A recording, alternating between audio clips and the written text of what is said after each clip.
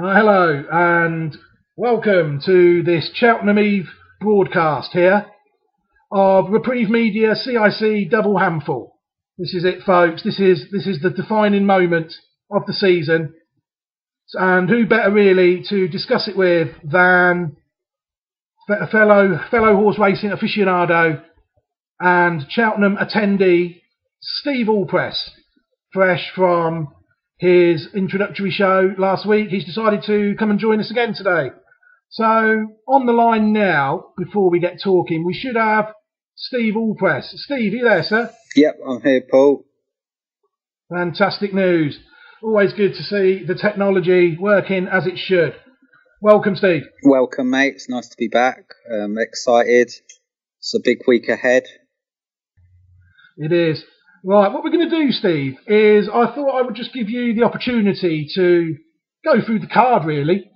Just sort of tell us your opinions on every race, if you've got any views on every race, what people maybe should be looking for if they're looking to pick the winner themselves, anything that you deem relevant, anything like that, really. If you feel free, you are always welcome to share your own selections and opinions, what you have on the race yourself.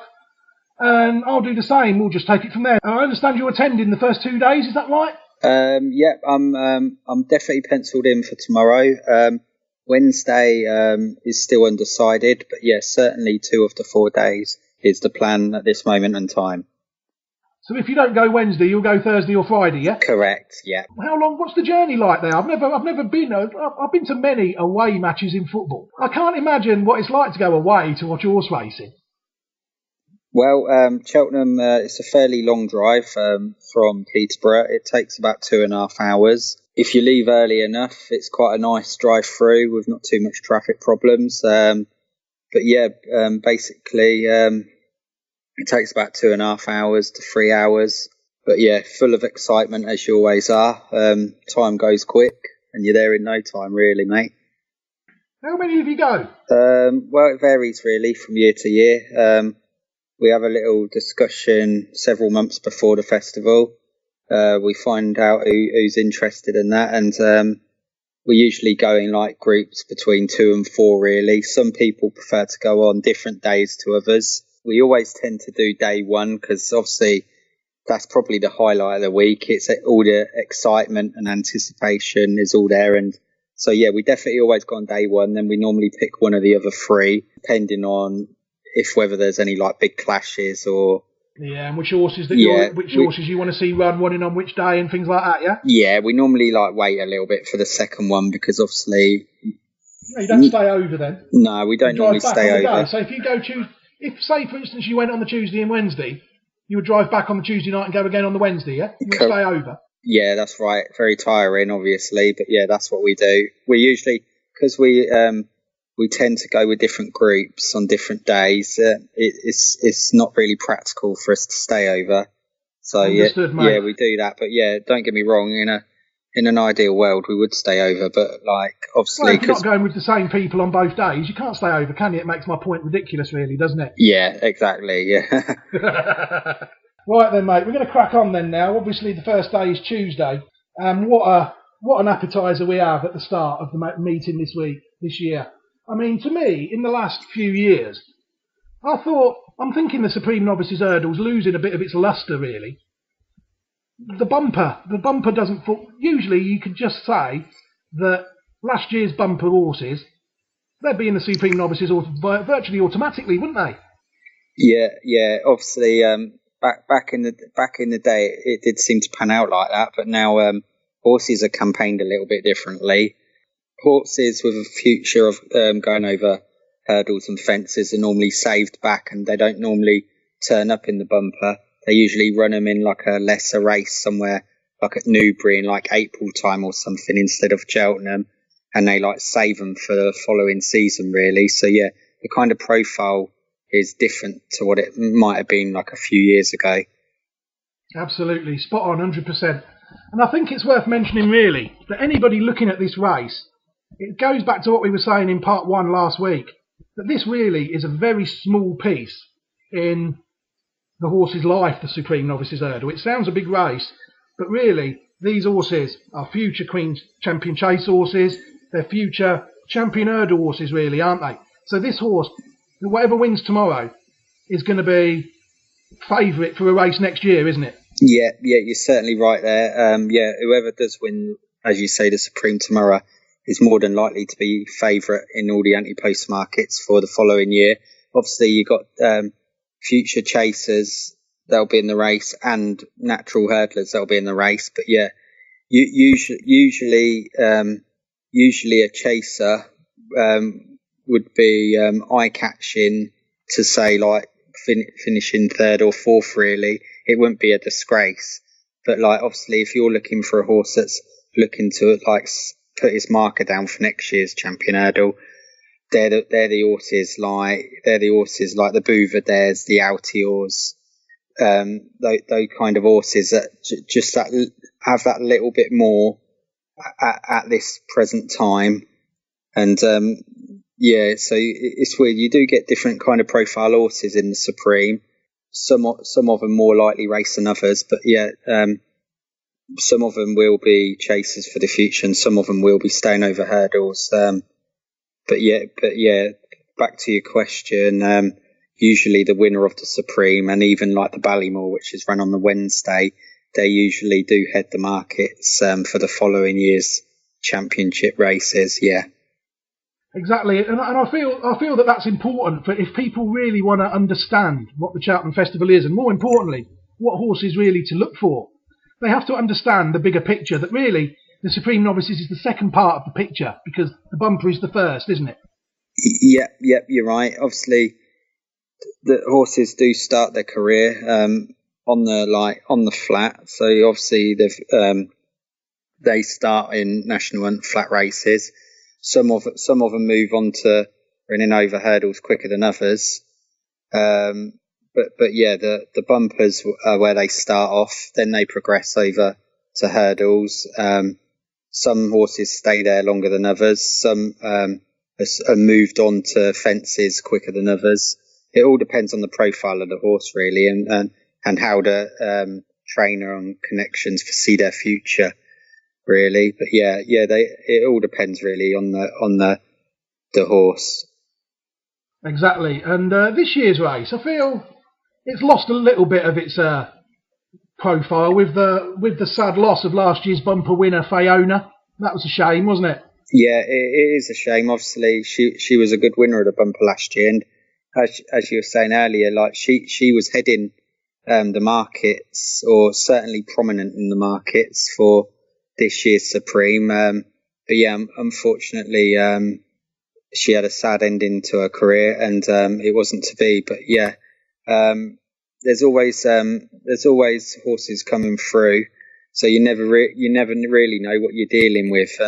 Sometimes you can be surprised in this race. Obviously, in recent years, Willie Mullins and Nicky Henderson have dominated the race, and they've had some real top class performances. But obviously, I'm glad you mentioned that. Last year we had a bit of a turn up with Lebec winning the race. What a horse that is! What a horse! Ill-fated Lebec, we have to say as well. Yeah. Unfortunately, no longer with us. Yeah. I was reading about that horse in forums in Ireland, and they were saying if this horse jumps off, it will win. You're not backing it to win; you're backing it to race every time it runs. Yeah, you're right. I had a couple of friends of mine before the Supreme last year giving good words about the horse. Obviously, you look for its form line, and well, I think more people than not were rolling their nose up at it. But obviously, it did have some kind of issues upstairs, but obviously on the track, it showed it's a talented horse, and it won the Supreme. Really, after that, put itself up in the Irish champion hurdle, didn't it? Yeah, that's correct. So it's a shame, really, but like sums him up, the old boy. I love him. Brilliant. Yeah. So it's interesting. Like as we said earlier, you do get different profile horses going to this race. Some of them win the race and they don't really go on from there. But this is a stepping stone to like future. Absolutely, it's a race to watch, isn't it? Even if a horse is tailed off in this, the fact that the trainer has considered it worthy enough of running in the race is a tip in itself, really. Usually, isn't it? Yeah, as you say, trainers wouldn't put their horses in this race just for the sake of it. No, there must be a useful sort to come here in the first place. Yeah, even it could be a 4-year plan. It could be his best novice now, but in years he knows it's going to be a brilliant 4-mile chaser. You never know, do you? No, you never know. Just wants to get it running on the big days. So really, we've got to look at this year's race then, mate, or else we'll be talking for hours and not really getting anywhere. This year, I think, on what I've seen with my own eyes, it looks too simple to be true, this race this year.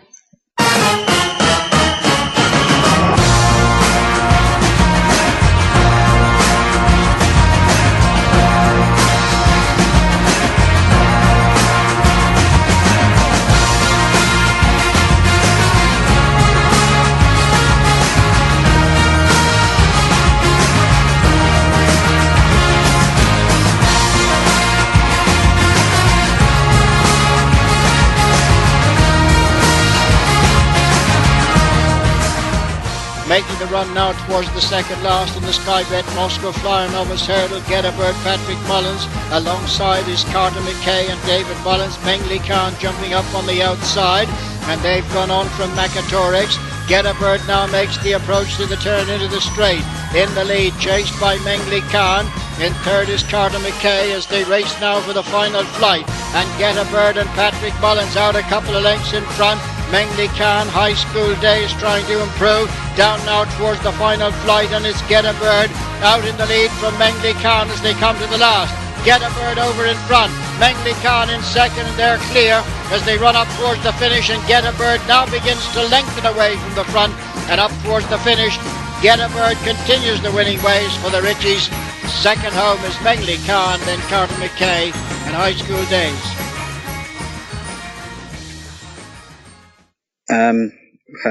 It's funny you say that, really, because I've not until very recently have I confirmed my selections for this race. I'd say between the spring last year and around December time, obviously at the end of last year, I was umming and ahhing and looking for the horse to win this race, and I wasn't really particularly fancied of any of the horses. I was impressed. What's your record like in the race, mate? Have you picked many winners of it in the past? I do have a good record in the race. More recently than previously. Duvan, Votor, Champagne Fever, and a couple of others. Champagne Fever. Yeah. I backed the second in that. Wadey Cohen's horse. Right. Yeah. That ran a good race, but yeah. So my record isn't too bad in it, but like this year, I must say this year, I was impressed with Mengley Khan's run early on, but I wasn't overly keen on the horses. Funny enough, I know it's funny to say this because you might just think, well, what is he saying that for? But when I look at a hurdler, I like to look at like their frame, and Mengley Khan doesn't have the kind of frame or physique that I would associate with like a 2-mile hurdler, and it puts me. I've actually got a friend, and he backs a few Hugo Palmer horses off the flat. It's ex-Hugo Palmer off the flat, isn't it? Correct. Yes. It was only rated 80 or 90 on the flat. I mean, to me, I've got it written down here in my notes. I've got Mengley Khan not good enough. Yeah, you could be right. It's ran some decent races this year. Probably its best races going right-handed actually, but I just have I have a slight question mark over the horse, I must say, but I do give it an each way chance. But the Moscow Flyer novice hurdle that it was runner-up to Getabird in. Oh, for me, mate, I just think Getabird's the one to beat. Obviously, it was a talking horse last season, and it had a bit of a setback, and it never made it to Cheltenham. But like, it's done nothing wrong this year, and it did beat Mengley Khan. Won every race in its life. Very well, yeah. It did beat Mengley Khan well last time. Crashed it. It was getting over half a stone from Mengley Khan, or near enough a half a stone. So on that. I mean, I've got Mengley Khan on the list as one that could win it, because I'll tell you what horse it reminds me of regarding its profile is Go Native. Yeah. That was a 90 odd rated handicap on the flat. somebody, and that won the Supreme Novices. I wouldn't rule old Mengley out. Yeah. 10-1. But I think if he wins it, it's a poor renewal, I suppose, is my point. Yeah. Can you see Mengley Khan in the top 6 of next year's Arkle or Champion Hurdle? Can you see him even in there? No, I couldn't really. I must say, Exactly. I look through the race, and Get a Bird is the one horse that's in the it could be anything bracket. Horses like too short now, though, isn't it? It is short now. Horses like Kanashikov and Somerville Don't know Boy. much about that one. I've not been over keen on any of those two horses. They've got form in They're not even on my list, mate. Obviously, the ground. I can't really comment on them horses. No, I'm of the view, mate. I'm of the view that there's a lot of horses, and if I've not seen a form line, I just tend to dismiss it until I've seen it. So I do miss a lot of good horses. I can't. It's impossible to watch every race. It is difficult to tune into them all. I must say, I've watched these horses run at like Sandown in the Tolworth and all that this season, and don't get me wrong. Since when, though, has the Tolworth been any guide for Cheltenham? Well, exactly. Although I will say that York Hill won the Tolworth 2 years ago, and then went and won the Neptune. Just goes to show what a superb horse York Hill is, doesn't it? Well, he certainly was. We'll find out tomorrow if he's still got. More on him later, I think. It's fair to say, mate. I mean, me personally, I've always looked for alternatives because one thing I will say at Cheltenham, if people are listening to this thinking we're going to bet whatever these guys talk about, then I think they're on the wrong track listening to this, because Steve has already said in the past shows that he is an anti-post gambler, and the prices that Steve is on these horses, you're just not going to get. So there is no value whatsoever in backing these horses tomorrow or through the next 4 days. Would you agree with that? Yeah, you're right. I must say, obviously, I do bet anti-post, and I bet from year to year. So obviously, since last year's festival, I've obviously been backing horses from probably April through to now. So as you say, the prices are a lot different to what they are now. A hell of a lot shorter, the majority of them. So yeah, I wouldn't advise people to be taking short odds on prices on any horse, really. Certainly not in any race, really, in any race. No, yeah, you're right, and you've got to. What people need to understand: risk and reward.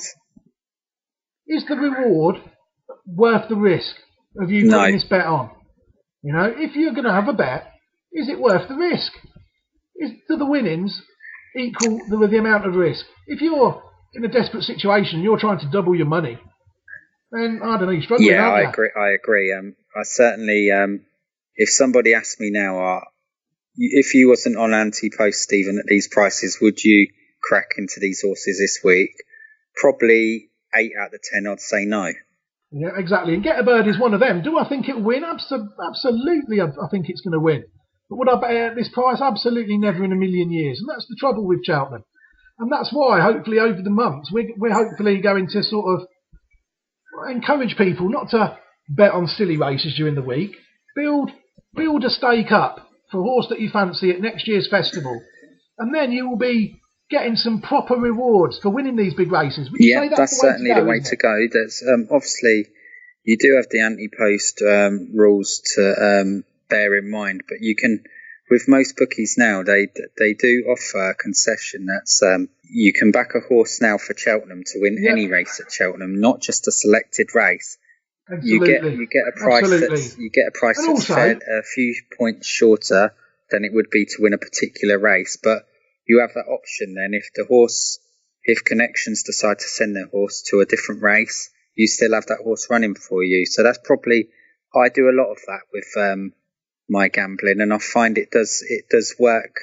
Yeah, so that's what I'd look at anyway if I was advising anybody to go that route. Exactly. And also, if you're thinking you're going to walk in and say, have X amount of money on a horse at Cheltenham tomorrow at 13 to 8 or 7 to 4, whatever price Get a Bird is these days. He's about 7 to 4, 15 to 8 currently. You're better off just having £1 a week on him for the first 4 months of the year at better prices, aren't you? And having not having a bet tomorrow. I'd say exactly the same. Like, even so, there's a horse you fancy 4 months prior to the race. You're not certain he'll go there, but when you're getting 10, 12, 14, 16 to 1 on him, why not just place a £5 bet on him and then wait for a couple of months and see what happens? And if he shortens or you fancy him a bit more, have a little bit more on. But you certainly don't have to wait until today and wager in big time, or you certainly don't have to wager in big time too early. You can do it a bit at a time. That's what I tend to do with my anti-post plan. I mean, me personally, I would always try and back anti-post, because I think it's important that if you're betting on these things, you can predict what they're going to do. Yep. I think that is right. Right. So basically, I've been watching. I've got one sort of form line through the race, I think, and I don't know whether it's going to work out or not, but it involves the bumper, last year's third, Clayman Taken Forgan. And you've already touched on Nicky Henderson and that. I mean, if this Clayman Taken Forgan is his best novice, then it has to be. It's a big price, isn't it? At whatever price it is, 12 to 1 or something. Is the form good enough? Probably not. But it ran third in last year's bumper, which is a massive bonus for me. I'm not saying that I really rate the horse, because I only really came across the horse because I was following another horse, which is also in the race tomorrow, Slate House of Tizard's. I remember watching an interview with Tizard on ITV where he said, I have a sort of champions row at my yard. Basically what that is, some trainers are a bit superstitious. They like to give their best horses the best yards. I don't think it makes any difference. But some trainers do like to think like that. And that Slate House was on there with all the other horses of Tizard's, Finian's Oscar, etc., etc. So I thought that must obviously be a good horse. So I watched it when it won at Cheltenham, and they omitted half the hurdles, admittedly, in that race, and it won. So then I thought, that could be the one for the Supreme this year. That could definitely be the one. So then I watched it again, and it got beaten quite convincingly, I have to say, by that Clayman Taken Forgan. But they're the only two, really, that I've got any interest in the Supreme, apart from the favourite, to be honest. I'll take your point there. I must say, the Nicky Henderson horse, I obviously had a good look at him several weeks ago, and he did look like the horse that could be the one for the Supreme. He was a bit disappointing last time at Musselburgh, odds on, but they say the ground was against him that day, and he does want better ground, so that might be a problem tomorrow. But they do hold him in high regard, certainly. So would you say tomorrow then that really the ground has gone against the horse? I do believe it's gone against the horse. So I have heard connections. Cheers for that. I'm not going to cheers for that. I will cross that off my list then, because I was actually going to have a little look at that one. But your opinion is good enough for me, mate. If it wins, don't worry, I won't hold it against you, because what I've seen with my own eyes hasn't really convinced me to bet the horse anyway. But I just thought, with it being last third in the bumper last year, and I'd rather back Slate House than that. That Slate House is an interesting horse for me. Yeah, as you said, you saw Slate House win earlier in the season at Cheltenham, and it beat the Nicky Henderson Hot Pot mare in that race, and it won really convincingly. But as you say, the last twice it hasn't really produced. It's been a bit disappointing. But at that time of those runs. Certainly the Sandown run, Colin Tizard's horses were in not the best of form, so maybe that form line can be excused, but it's a big price. So if you have an each way bet on it, you don't have to put. It is 28 to 1. Yeah, you don't have to put a lot out. And as you say, you go back. You're looking at last year's bumper form. Next Destination, which was fourth in the race, I believe, is second favourite behind Sam Crow in Wednesday's Ballymore. So and the third Debouché is in the Supreme Novices as well, but I've noticed it's still a maiden. It's not won a race this year over hurdles. It's 33 to 1, that's purely correct. on its Cheltenham form, isn't it? Shown nothing else. So if that wins, you wouldn't be too surprised, would you? But I've noticed, the first four are like you said, Next Destination. You're correct.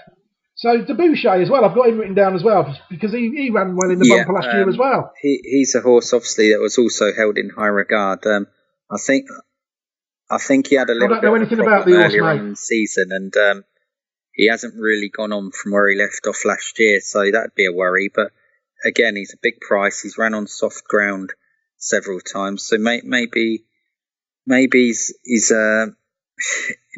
chancing him. But in this ground, some horses are going to go on it, and a lot of them ain't. So you take your chance really. But certainly the favourite Get a Bird. All the vibes are that he'll handle the rain softened ground. Getaway was a great horse on the soft. Andre Farb trained it, didn't it? Yeah. Good horse. That won't be an issue with him anyway, but it certainly will be with a lot of the runners this week. So maybe it's a good thing to have a good look of what ground these horses have been running on, because you can cross quite a lot off before you've even started, really. Absolutely.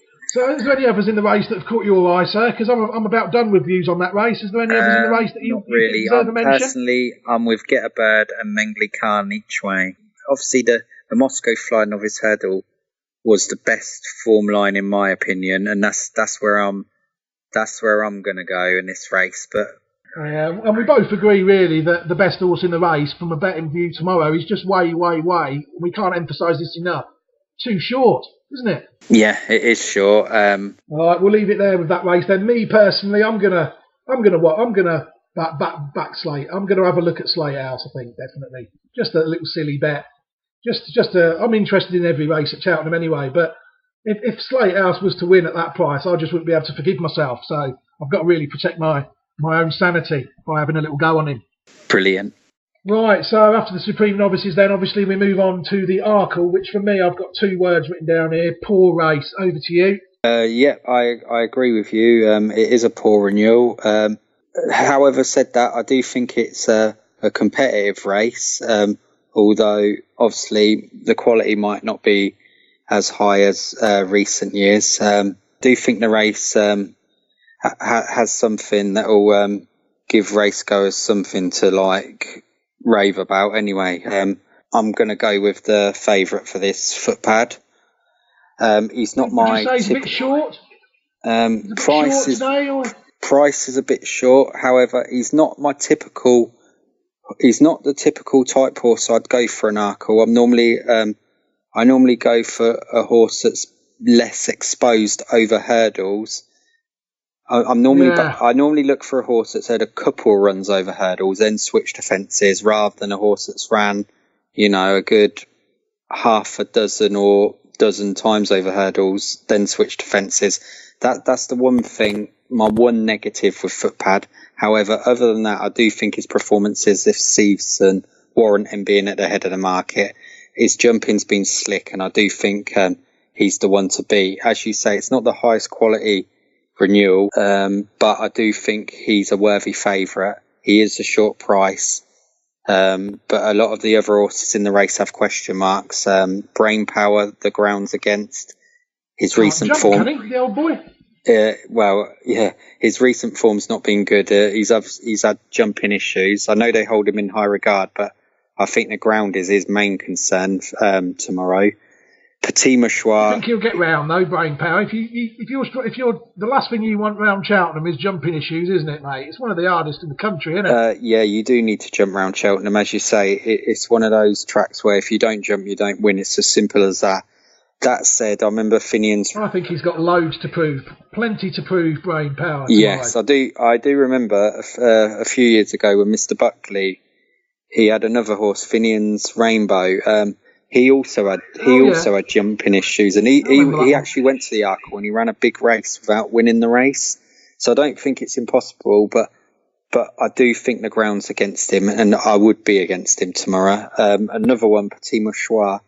That must be able to get the race. He's had form which actually has showed him get the better of Footpad over hurdles, i.e. in last year's champion hurdle. However, he had a setback during the middle part of this season, and he had a return run at the Dublin Festival, and he ran with a lot of credit. They're saying he's going to come on for the run, and if he does, he's going to be the one probably to put it up to Footpad. But out of the two, going over the whole season, I'd have to have Footpad coming out on top on this race. St Calvados is the other horse in the race that's interesting. He's going to love the soft ground. It's just a matter of whether he's actually good enough. I personally don't think he is. I think Footpad will win the race, but it's a fascinating race to watch. But obviously, as you say, in terms of quality, it's probably a poor renewal.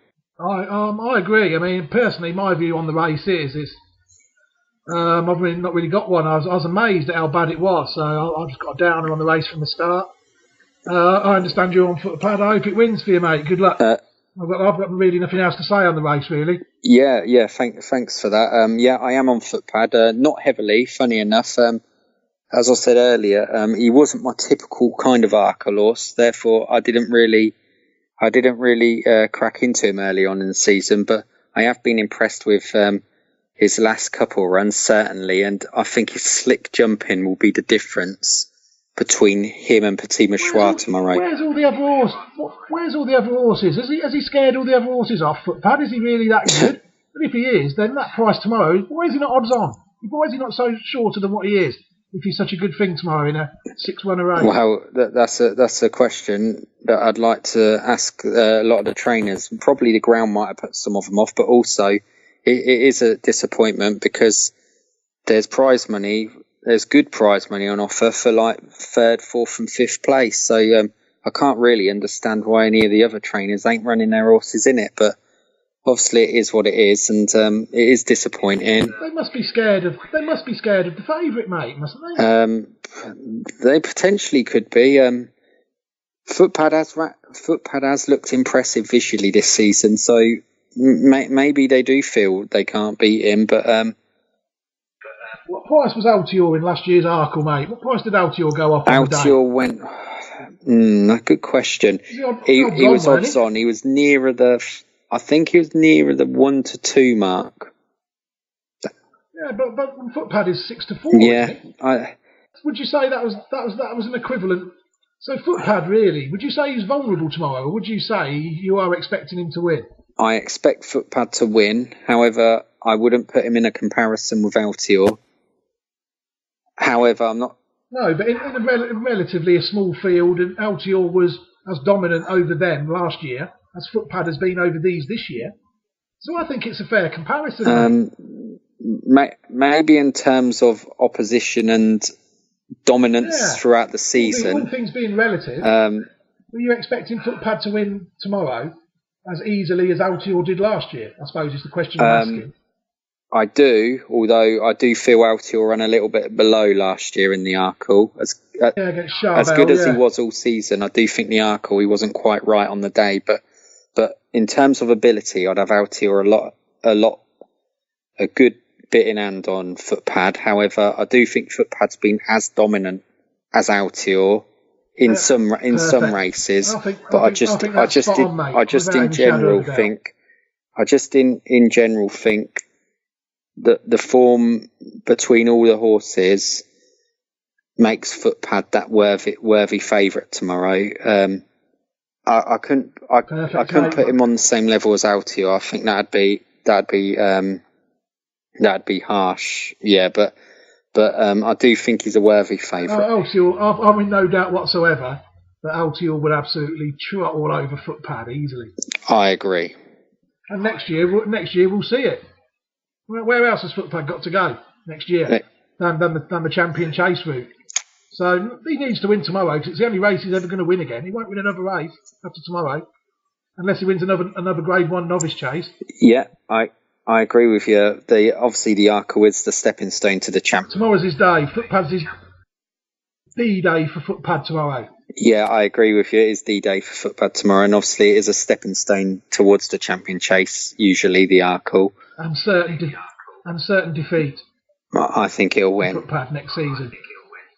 No, I mean tomorrow. I mean next season. Next season, he's not going to get much change next season, is he? With all these 2-mile chases. Nope. I personally would have Duvan, Altior, and Min over footpad at this present time, but a lot can happen within 12 months. And probably a few others as well if you had time to think about it properly. Yes. I'd be amazed if time doesn't tell that footpad is the best 2-mile hurdler and novice chaser this year. I mean, you've got Aintree to come yet, and you've got Punchestown to come yet. It wouldn't surprise me to see footpad win tomorrow and something else to beat him later on in the season. Wouldn't surprise me one bit. Well, no, and as you say, like in the Arkle last year, Charbel was running a huge race behind upsides Altior when he come down. he went on to Aintree and he ran massively disappointing. So a lot of horses, then they're over the top. By the time they go to Aintree, they're over the top. And I'm glad you mentioned that, because that brings me on to one of my selections in the next race that I think ran in that race. Yeah. Right, we'll leave it there for the Arkle, if you want, mate. We've got enough there for that, I think. Right, and then coming up to that, I know that really handicaps aren't your thing, and we'll touch on that why probably at a later date when we do our Grand National specials, because I've never met a man less excited about the Grand National than you in my life. Yeah, I mean, that's always fascinated me, that you just see it as any other normal race. But there is a handicap in the 250, the third race on the card. And really, I do look at these handicaps as Grand National trials. I remember the Giant Bolster winning it the other year. That ended up in the National. And have you got any views on the race, mate? I'm not really expecting you to have too much here. I've had a brief look at it, and I've not got a strong opinion on it. However, if I was looking at two horses, I'd probably look at Q-Star Civilla from the Nick Williams yard, and I'd also look at Vicente from Paul Nichols' yard. He ran well at Cheltenham earlier in the year. I don't think that will like the ground, mate. That's normally a Scottish National horse to me, rattling fast ground. I looked at that one. Yeah. I did look at him, mate. I did look at him for the exact same reason that I picked my selection, which is the other Trevor Hemmings horse, Vintage Clouds. Vintage Clouds. I was going to say, I've got it written down. Vicente's in there as well, because I just feel that Vintage Clouds, I think, ran in the race you referred to earlier in the broadcast at Aintree last year, that novice chase. I think he ran in that. Yeah. And I'm not saying it's a good thing tomorrow. There's never a good thing in a Cheltenham handicap. It's impossible to even look at them with a view to actually winning on them, I think. And I think if you're betting in the handicaps at Cheltenham on the day, then really you're better off just rolling a dice, really, aren't you, in some of them? Yeah, I think you're right. Really, it's not an easy race to predict a winner in. Some advice I would give: always shop around with bookmakers, because some bookmakers give more places than others. So if you are looking to have a bet, very good advice. Do shop around. Yeah, so really, I looked at horses that were entered in the Grand National, really, with a view to that race, and just thinking that if Vintage Clouds runs quite well tomorrow, he'd do his Grand National hopes any good. That's all I've got on the race, really. To me, it's an impossible race full of exposed chasers, as you'd expect for a race like that. And like you said, Q-Star Civola's got good course form. I noticed that one, but to me, I think it's too short, 5-1. I wouldn't back any horse in that race at 5-1, mate. No, it is short. Obviously, it looks like the progressive horse in the race, if there is one. But it is short, as you say. So interesting. Yeah, so I think really what we're both saying is leave not really a race to get too excited about if you're looking to make a fortune on, but a great race to watch nonetheless. Yeah, I'd pretty much go along with that one. Right, so moving on now to what I think so far. I've only looked at 2 days' cards though. People need to remember that. But this, without a doubt, is the best race I've seen at Cheltenham Festival for a long, long time. There is some serious horses in here, without any shadow of a doubt. If you look at the Cheltenham Festival form of these horses, there is a lot of good, solid form in this race. It is a hot renewal of the champion hurdle, Steve. It is fair to say that. Yeah, it's a very hot renewal. With some of the horses in the race, there's a lot of questions to answer, i.e. Faheen, Yorkhill. You've got Bouvardere, the hot favourite that's done nothing wrong, mighty impressive. However, in lesser competition this year, it's certainly going to be an exciting race. Bouvardere's my fancy. He's been my strong fancy all year round. Oh yeah, definitely. On what you've seen with your own eyes, that horse, you can always tell with Geraghty when he's on a good horse, because he rides it with so much confidence, and he knows what he's got there without any shadow of a doubt, doesn't he? Yeah, he, as you say, rides with that confidence. He'll ride the horse very quietly. A fast gallop will suit. He'll try and switch him off, and he'll just try and latch onto the heels of Faheen approaching the second last, and he'll go from there really. But it's going to be a fascinating race, because obviously Faheen's been a tremendous horse over the years. I can't wait for it. It's brilliant. It's going to be fantastic. Whoever wins is going to prove to be. There's a story there with whoever wins, really. I think. If I'm expecting really it to be a race where anything could happen, really, because, like you say, there is so many questions to answer about some of the principal players. Even you could say the favourite has got questions to answer because the trainer has come out and said we would have preferred our horse to have been tested more, and we feel that he may be a bit complacent. Can horses be complacent? He seemed to think that was an issue with Bouvardere, didn't he? Yeah, I think it all come down really to them saying Bouvardere's kind of stuffy horse that needs a lot of work. And I think they were basically saying that his last run in the Contenders Hurdle was it was when he beat John it was Constable. too easy. That's right. John Constable ran well, but Bouvardere, they were saying it was too easy. It was.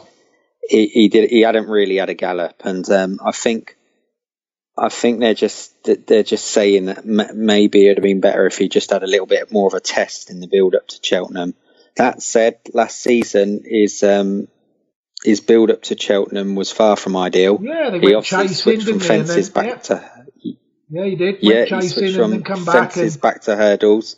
So I think if there was ever a bad campaign, it might have been last year. So I wouldn't look too much into it, but I can see where they're coming from. But I'm pretty sure tomorrow they'll have Bouvardere really ready to run a big race. I'll be massively surprised if he gets beat. It's a good race. There's a lot of question marks. Good confident talk from you there, sir. Just exactly what this show should be about. You're not staking your reputation on the horse, but your reputation will never be in doubt with me personally. But you fancy this horse, don't you? Oh yeah, I massively fancy this horse. I think there's so many pluses for this horse tomorrow.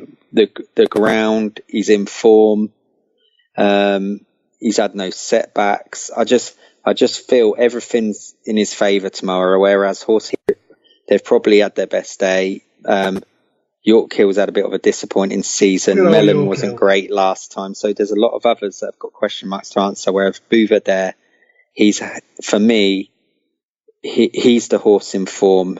He's the one with a star quality. The races he's had this year, I've seen every single one of them. And I can honestly say that I don't think he's had a race all season, the old boy. He just makes it look so easy, doesn't he? If he wins like that tomorrow, then fair play to him. Yeah, I must say you're right. I don't think he has had a race. Even at Kempton at Christmas, in the Christmas Hurdle. That was even more of a joke than the race against John Constable, that was. It was. It was any competition. John Constable would have won that race, like Bouvardere did. Yeah, it was only briefly between the second last and the last where Geraghty got the revs up a little bit. But it was only briefly between the two flights, really, where he just asked him to quicken. Other than that, he was just in second gear all the way. He does look a classy. He does look a classy horse, Bouvardere. I will give you that. Very classy. He does look. Yeah. I mean, I don't mind to see it, but you know my views. I mean, we've talked about racing. This is only the third show we've been on the radio, but we've talked about racing probably for years. And you know that I'm a massive York Hill fan myself. I just hope really that he doesn't do yours tomorrow, really, but that's the game, isn't it? But I honestly think that horse is a serious horse, and especially round Cheltenham. 2 out of 2. You've just mentioned about Bouvardere's awful campaign last year. I mean, I think York Hill's campaign this year, I think he'd have loved Bouvardere's campaign last year, wouldn't he? Yeah, I agree. York Hill's not been campaigned well at all this year. 3 miles first time up. The horse hasn't helped himself, has he? The horse is not helping out. The horse is not helping York Hill, is he? The horse is a bit tricky. Let's just say that. He's a tricky horse, isn't he? Yeah. York Hill's a tricky horse, certainly. He's not an easy horse. He has his own mind, and exactly. And he's not helping out. And he might be his own worst enemy again tomorrow. You don't know, do you? No, you can be sure with York Hill that you don't know what's going to turn up until it turns up. It's last season I never thought that once. Last year you knew you were strong on Altior, weren't you? And I was strong on York Hill all season. They both won easy. It's never in doubt in my mind that York Hill would win last year. Never in any shadow of any doubt. But this year it's hard to say. Like you say, you don't know what the old boy's going to do you? No, you don't. And it wouldn't surprise me if he trots all over Bouver on the bridle. And I don't think, honestly, deep down, it'd surprise you either. Well, he's obviously a horse with immense talent. He hasn't had what they say about him. Yeah, he hasn't had the best of seasons up to now, but saying that, he has been campaigned badly and he has been put in the wrong race. He's looked an impossible horse, hasn't he? He's looked impossible. He has looked impossible. You can't see what they can do with him. It'll be very interesting tomorrow. Personally, I think he'll do well if he finishes in the frame.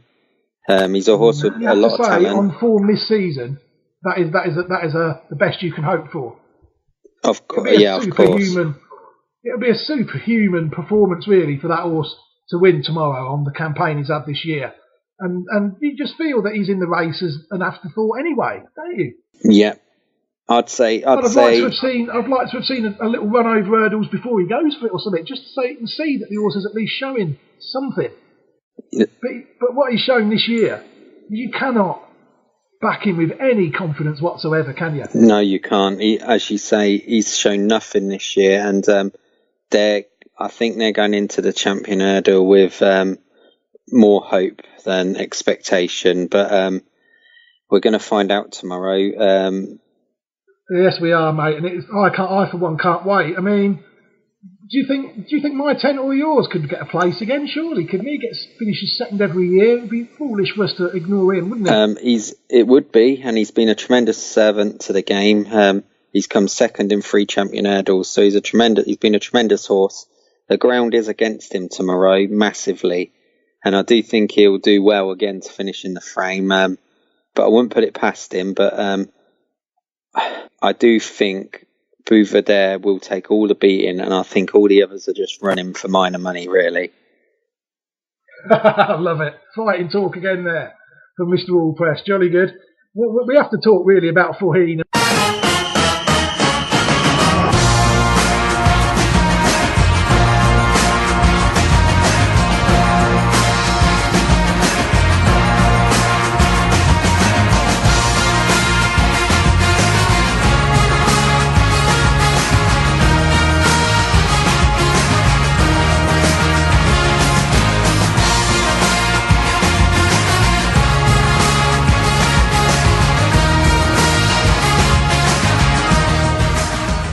Faugheen is the leader, being chased by Jeski, then a break to Campiador, beginning to run the home turn now for the final flight in the Unibet Morgiana Hurdle, and Faugheen is striding along in the lead out in front of Jeski, and then a break to Campiador, beginning to run now towards the final flight, and Faugheen, after a very, very long absence, is out in front and running down now towards the final flight in a clear advantage over Jeski as they come towards the last in the Unibet Morgiana. Faugheen is over and well cleared of Jeski and running up towards the finish. The machine is back in full working order. Campiador down at the last, but Faugheen and Poltown make all. What an impressive reappearance for Willie Mullins' horse in the colours of Rich Ritchie. Second home is Jeski, and Swamp Fox will take third. Baby Russell and Campiador up from their last flight forward. We're both of the same opinion, really, I think, unfortunately, that we are witnessing the demise of a once great horse, not in a literal sense, but I think it is fair to say that his form is on the decline. He's missed so much time through injury and been so much time off the track. And I think age is getting the best of him. I feel as though he'll run a good, honest, solid race at best. I don't know what you think of Faugheen. Yep, I've been a huge fan of Faugheen over the years. A tremendous achievements, winning the Neptune and the Champion Hurdle and the Irish Champion Hurdles, obviously. But like you, I feel Faugheen's at his best day. I think the injuries have played their part. And I feel we will not see a Faugheen that we've seen in recent years again. It's a shame. Again, I think Connections are running tomorrow more hopeful than confident, as you would be. And they're just hoping that they'll find the old spark tomorrow. But for me, Faugheen will run a good race if he manages to finish in 3, because his runs certainly has run 2 runs ago, was massively disappointing, and his last run wasn't anywhere near what he's shown previously. So he's got a lot of ground to make up with Bouvedere, and I just cannot see him laying a glove on him tomorrow. It's a massive shame in a way, because we love seeing true champions come back and win, but I just don't think we'll have the fairy tale ending tomorrow with Faheen, I'm afraid. But he's been a great horse, and I think a lot of people tomorrow will be excited to see him have one last crack. Let's hope so, mate. Let's hope so, because it'd be nice to see. I mean, I've looked at the race. I've done the maths there. You've said that you don't think Faheen, My Tent or Yours or Your Kill will finish in the first three. So who do you see the main dangers to Bouvedere then? Or the others in the race that you like? Personally, I don't feel there is a danger to Bouvedere. Obviously, he's got to turn up and run his race to win. Fighting talk again there. However, with as far as like the place that the places to be filled, I think they're wide open. Like, I'm not saying Faheen or Yorkhill can't finish in the first three, because they're there to be taken, but I just feel the others are running for second and third. Personally, I'd put Mellon in there to finish in 3. I think they'd have a worthy each way chance. It's difficult to say really, because there's a lot of horses with question marks. Because you're so strong on the favourite really as well. That don't help, does it, when you're looking at horses? When you're strong on a favourite, the last thing you want to be doing is looking at ways it can get beat, isn't it? Yeah, exactly. And with the question marks, with all the other horses, it's just which horse is going to show what on tomorrow in these conditions as well, which are not going to be suitable for a lot of them. It's just difficult. It's just difficult to really foresee what's going to happen. But I am confident Bouvedere will win. I just think everything's gone right for him, where these other horses, there's not quite the strength in depth between them, where maybe in recent years where we've had Faheen, a peak Faheen, it would have been more of an ask and more of a question for Bouvedere to answer. But I don't think tomorrow he's going to have too much problems with these other horses, but we'll find out tomorrow. Not long now. Not long now, sir. Right, on to the fifth race of the first day. Now, this race, I think, will always be close to your heart, mate, because I think it's a race that's done you very well in the past.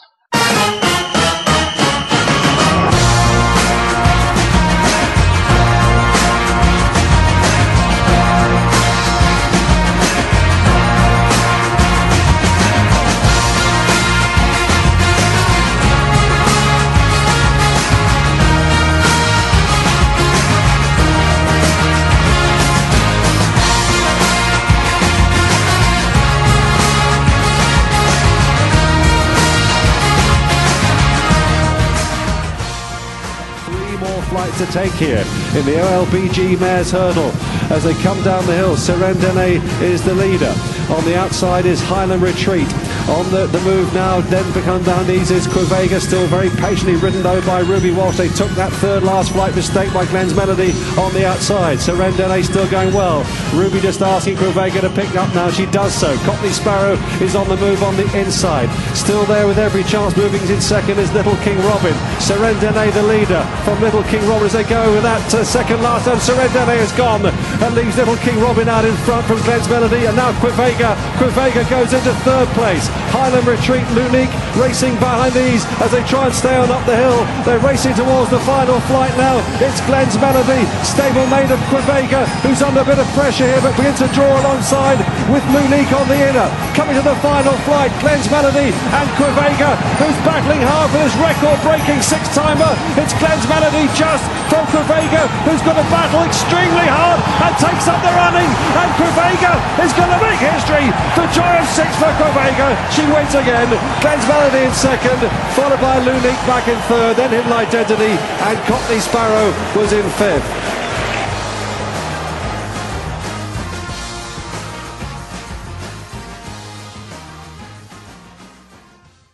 I always remember Quevega, and I think, how many times did Quevega win the race? 6 times. There you go, you see. And I imagine that Quevega would have been a massive part of the Allpress strategy for Cheltenham festivals. She certainly was. Corvega was a horse that really did make my Cheltenham that bit better. So I went every year of her victories, and some of the performances she put up was astonishing, really. Even her last one, when she come from well off the pace to beat the French mare, it was one of those days that were like, it was great to be there. But yeah, as you say, the mare's race is a race I have a lot of good fortune in over the years, and I'm looking forward to it again this year. Yeah, well, I imagined you would be. So let's talk about Apple's Jade then. And you really have to say, really, that if you're looking for a horse with Cheltenham Festival form to win at the Cheltenham Festival, then this horse has got some serious Cheltenham Festival form, hasn't it? Won the Triumph, didn't it? And it's won some races round there, hasn't it? So it is a serious horse, isn't it? Yeah, she was second in the Triumph behind Ivanovic Gorbatov. Oh, of course, okay. Leading a lot of the way. She won the mares last year in which was a hot mares contest with Vroom Vroom Mag and Limini in there.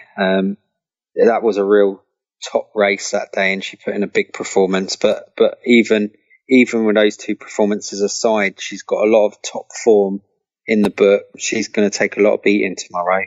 Yeah, I mean, I personally think that as well. I mean, it looks as far as what I could see that there's one horse in there that I've been watching for a couple of years actually, Le Bagouard. It could possibly be argued that Le Bagouard, the only time it hasn't won in its life has been it was seventh in a bumper at Aintree as a youngster horse, and it lost in the Group 1s last year at both Cheltenham and Aintree. It's a good horse. It's looking good this year as well. If anything, I think it improved for stepping up in trip last time out. So I think with Le Bagouard, they picked the wrong race. I have to say that. I think they should have gone for the World Hurdle. But it's in there tomorrow. But I'll be surprised if it can beat Apple's Jade, I must admit. Yeah, as you say, I'm a little bit surprised they've gone for this race, because there was rumours around several weeks ago she was going to go to the Stayers.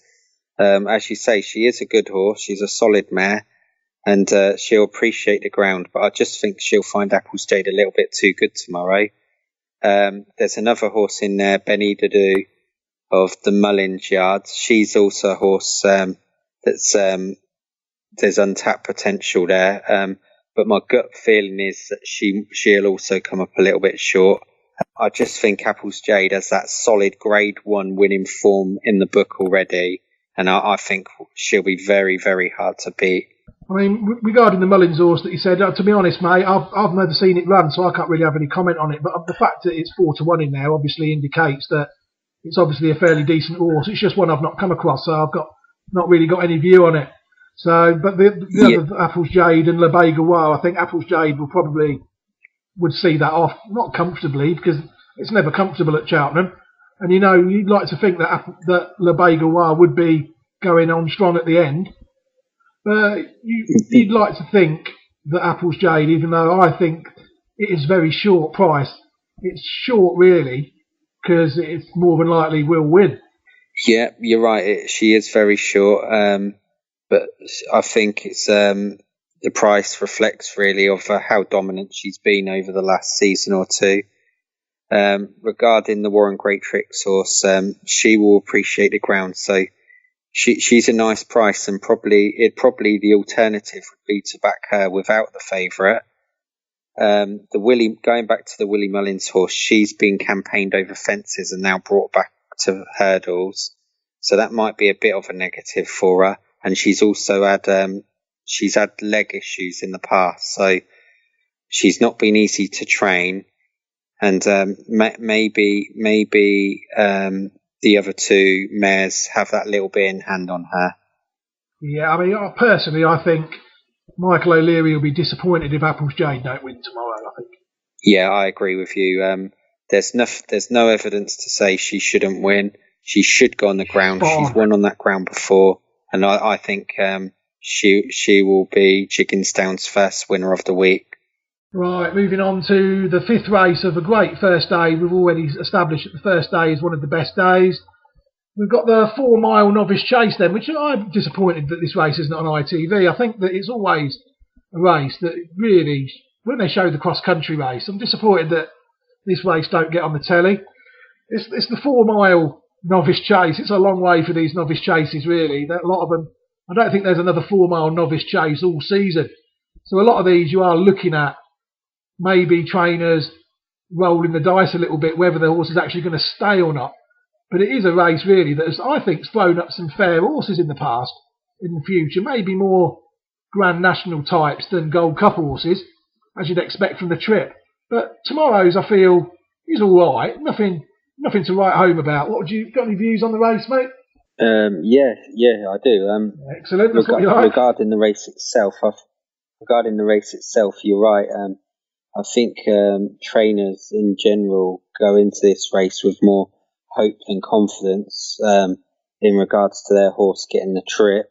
I think it's one of those races where you do generally need a horse that's going to stay strongly. Yeah, you want a nice slow plodder in this race. Definitely a good solid jumper that's just going to jump all the way round and not be getting tired at the end. That's pretty much exactly what you want.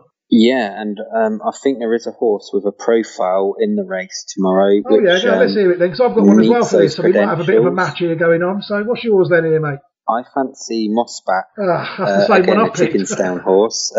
Miss Lisa O'Neill's great jockey. Great jockey. She won the race last year. She did. And I think the horse is a typical stayer. It ran well. It's run well in its last couple. It fell recently. Yeah, but that's a race on that strong behind Jury Duty. Yes, that's a race that I did actually watch, and I feel that it would have won that race had it stayed up without any shadow of a doubt. Because the Jury Duty, I feel it had loads in the tank. And the form of that race I've been looking at because Moulin Avant was in it as well. That's a race. It ties in with all the Wiley Novice Chases I've been watching. So I also feel that this Mossback could run well tomorrow without any shadow of a doubt. Yeah, I can't disagree with you there in the slightest. I think it must have an obvious chance because regarding the jockey, you've touched on the jockey. I've heard interviews where they've all been very complimentary about this young girl, and some of these Irish female jockeys. I will go on record now as saying that I would have Nina Carberry on a horse any above most of them Irish male jockeys, and that is, I will say that she is an absolutely superb jockey. And from what I've seen of this girl here, I'm not saying she's as good as Nina Carberry, but I'm saying that she is definitely up there. She is a good jockey without any shadow of a doubt. Yeah, I'd agree with you. There's certainly a lot of talk going around about her, that she's got a lot of potential, and obviously. Hopefully tomorrow she'll make her mark on Mossback. Another horse also in the race that I wouldn't put people off is a horse called Keeper Hill. Greytrex's horse. Greytrex's horse, isn't it? That's right. That's another horse that I think will stay the trip well. And I think it's a lively player. The time before, it won't come on strongly. So I wouldn't put it past that one running a big race either. Yeah, it didn't quite make my list for some reason, but I definitely looked at it. Did it not run well at a previous festival in one of the races somewhere? The hurdle or somewhere, second or third in it or something? I did look. I can't quite remember. But I think it did run at Cheltenham last year. It ran in the race behind Willoughby Court in the Neptune Novices Hurdle. And it wasn't far from disgraced. It finished. I think it finished just outside the money, but it did run a good race. Yeah, I mean that's good solid form. You feel that really is good solid form. So I did look at that, but Mossback to me, that looked to me to have that race at his mercy when it fell. And horses fall, don't they, in national racing? Unfortunately, that's part of the game. But I wouldn't really hold that against him.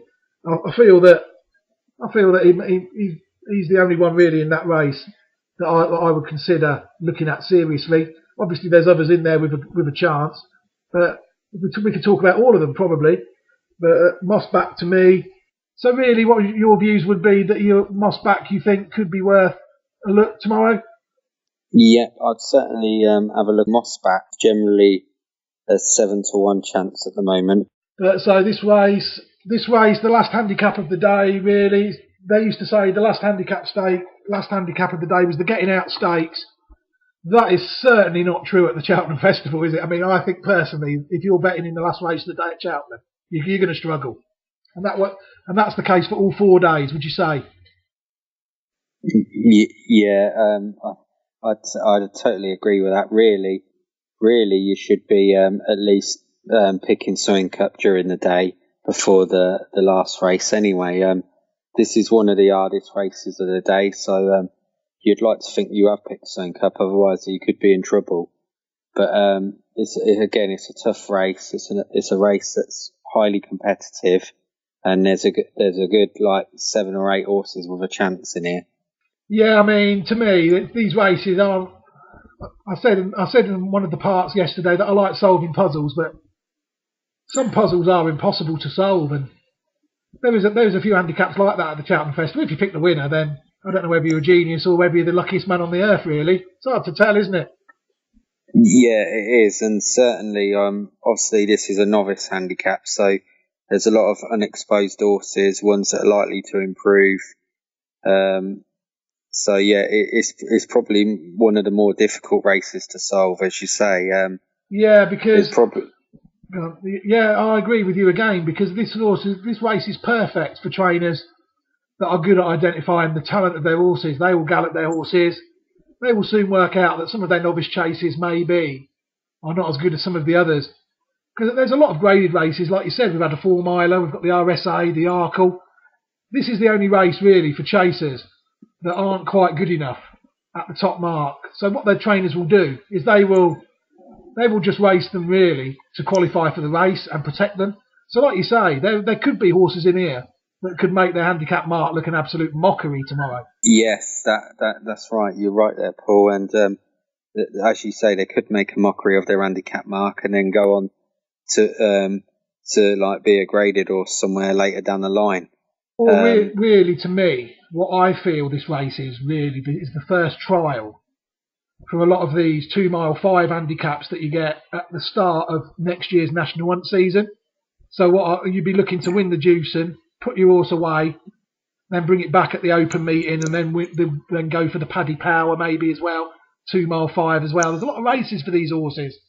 Yeah, that's the typical kind of race for these horses to slot into next year. Like, as you say, the Paddy Power Gold Cup, I think it's changed its name now. But yeah, those kind of I can't keep up with it. I'll call the Hennessy till the day I drop dead, mate. I don't care if they don't sponsor the race, to be honest.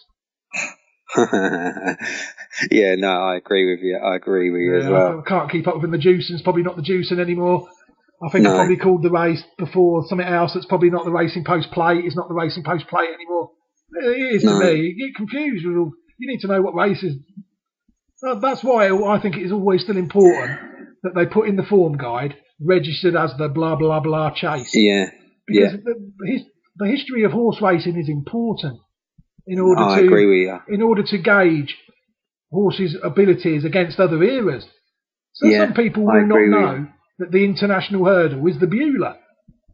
So they'll be looking at all these great hurdlers that won the Beulah in the 60s and 70s. And they'll be looking at horses now thinking, they've not won the Beulah. They don't know that the international hurdle is the Beulah. I can understand why they want to get money for sponsoring the races, but you've got to protect the heritage of the sport. Racing is about heritage. Yeah. I agree, mate. It's ridiculous, really. The whole point of it. When you look at these races, they've been going since the 1880s. It's just money. It's just money, isn't it? You should be able to trace the history of a sport through the ages to ascertain greatness. And I think it just gets clouded sometimes with horses, especially when they rename all these races. The Hennessy is the Hennessy, man. I mean, any other company that's sponsoring that race is a fool. Yeah, because I have not met anybody in racing that will refer to that race as whoever sponsored it before. I couldn't even name who the sponsor was this year. Yeah, I can't even remember either. No, but I can tell you what won the Hennessy. I can tell you what won the Hennessy. You know what I mean? It's a farce. Yeah. So onto this last race. I mean, I've struggled just for that, being able to predict a horse. There was one that I like the look of. I didn't say like the look of. That's probably stretching it a little bit. Have you got any horses at all written down for this race, mate? Yeah, I've got two actually. Again, I'll be amazed if one of them's not mine. As you know, I'm not overly infused by the handicaps myself. But No. Well, two. I'll go first this time, since I'll let you go first with old Moss back, because I'll be amazed here, because it was the only horse I looked at that had any form whatsoever at graded level, and I know, and you've talked about footpad quite a lot already, so I'll be amazed here. And I'll stake my reputation on it now, as having known you a long time. So don't let me down here. That Tycoon Prince is on your list. Funny enough, Tycoon Prince is on my short list, but It had to be, didn't it? I mean, did you see the race with footpad? I never seen it. But how far was he behind footpad when he fell? He was running a big race. Like he certainly wouldn't have beat footpad, obviously, but. It's worth remembering here that when Steve says it was running a big race, he's talking in relation to the race it's running in today. Yeah. It is not racing a horse the calibre of footpad today in any stretch of the imagination. No, exactly that. Yeah.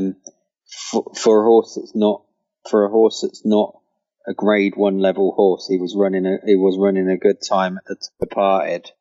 And I've looked at the Racing Post ratings of the horse, the racings that he's running, that the RPRs have given him. And I think the handicapper might have given him a little bit of chance as well, because the handicap mark that he's on is exactly the same as his highest Racing Post rating. So I think, to me, I've never seen the horse run in my life, but just from looking at the form, I would have to make Tycoon Prince the only horse of interest in that race for me, without any shadow of a doubt. I mean, I'll be interested to hear what other one you've got. The horse I've gone for is a horse that actually also fell not so long ago. It's a horse called I've been back in a few foreigners, didn't we, today? Moss back. It's a horse called Rather Be of Nicky Henderson. Don't know anything about the horse, mate. So the floor is over to you. Very impressive. And the time before it fell, but it's that proven Cheltenham trials round of Fakenham, yeah? But I definitely, again, it wouldn't be a confident selection, but just reading through its form, it's a horse that stays the trip well, and it's lightly raced with some nice form, so hopefully it'll run well anyway. What price is that trading around, mate? That's trading. It's just the sort of race you'd probably win on your way out, isn't it? That race. It's probably just the sort of race you'd walk out. It's about 11 to 1. Pick the winner up because you were bored on the way out. Is he single figures, mate? Is he worth it? It's about 10 or 11 to 1. I'd advise an each way bet on it. Yeah. A small one, yeah. Just not too not generous. Selection, just a hopeful selection, really. So whatever happens, it's going to be a fantastic week, whether we get to preview the next 3 days or whether this is the only show we do. I'm sure there's going to be we're hoping to do more preview shows every day now. I think we've both got the taste for it. Yeah, definitely. I'd be loving to come back on here after day one and give you my views of the day's racing, and hopefully come on here superb, happy and excited about the racing to come in days ahead. Hopefully we'll get some winners. Yeah, well, who knows? That's the beauty of the sport, mate. We never know what's going to happen. But in the meantime, though, before we close this part one of the 4-part show we're going to do for Cheltenham previews, we're going to talk about the Allpress daily nap. I mean, me personally, I don't do things like that. I don't like to give naps out. But I know Mr. Allpress likes to stake his opinion. So, Mr. Allpress, I'm going to give the floor to you quickly, a quick 30-second summary on what is your nap of the day. I'll give you my nap of the day and why. Bouvardere is my nap of the day. Short price, but he's a short price for a reason, and that reason is he's got the best form in the race. He's the reigning champion. He'll go on the rain-softened ground. He's had a good preparation, and other horses in the race have a lot of questions to answer. I'm really confident Bouvardere is going to win. If I was giving punters a horse to bet in, obviously Bouvardere is a little bit short for most ordinary punters. Yeah, superb. Thank you. Yeah, if there's anything else. If I was going to give people an each way punt, I'd have an each way punt on Mengley Khan's Supreme Novices Hurdle. I do fancy Get a Bird, possibly to win the race, but I think Mengley Khan has arguably the next best form in the race, and at 14-1, I think he's worth an each way bet. You persuaded me, because I've written down not good enough on my clips. That's again, the danger of these shows, because I've written down Mengley Khan not good enough, and now I've looked at the form, I've listened to you, I've noticed his flat rating, and he was all right. I mean, at that price in that race, I think Connections will be disappointed if he's not in the first. I do, and I know I've heard good things about him in the preview nights and that, and I'm not expecting him to go on and win champion hurdles or nothing, but I just think in tomorrow's race he's got a solid each way chance. He could. It's a sort of horse that could easily pop up and win a fight in fifth, isn't it? I mean, Arcadius won a fight in fifth, didn't it? Go Native won a fight in fifth. It's not impossible. Could happen. There's races for him. There's races for him. He's obviously being trained in Ireland. There's 1,000,001 races out there over 2 mile hurdles in Ireland at all levels. So it'll be interesting to see what old Mengley does. One thing he won't be doing, you can safely say, is okay. Then we'll leave it there at that. Steve, can I take this opportunity just to wish you good luck for tomorrow? I hope you have a safe journey there and back, most importantly, and have a great day out, mate. All right, thanks very much, and thanks for having me on the show. Anytime, sir. It's been an absolute pleasure. We'll keep the outro short tonight, because I know you need to get a good night's kip. You're off early in the morning. So may I say goodbye on behalf of Steve Allpress and myself. We've been listening to the first part of hopefully what will be a 4-part Cheltenham Festival preview on every day of the festival. Thank you very much for listening to Reprieve Media CIC, and all the best.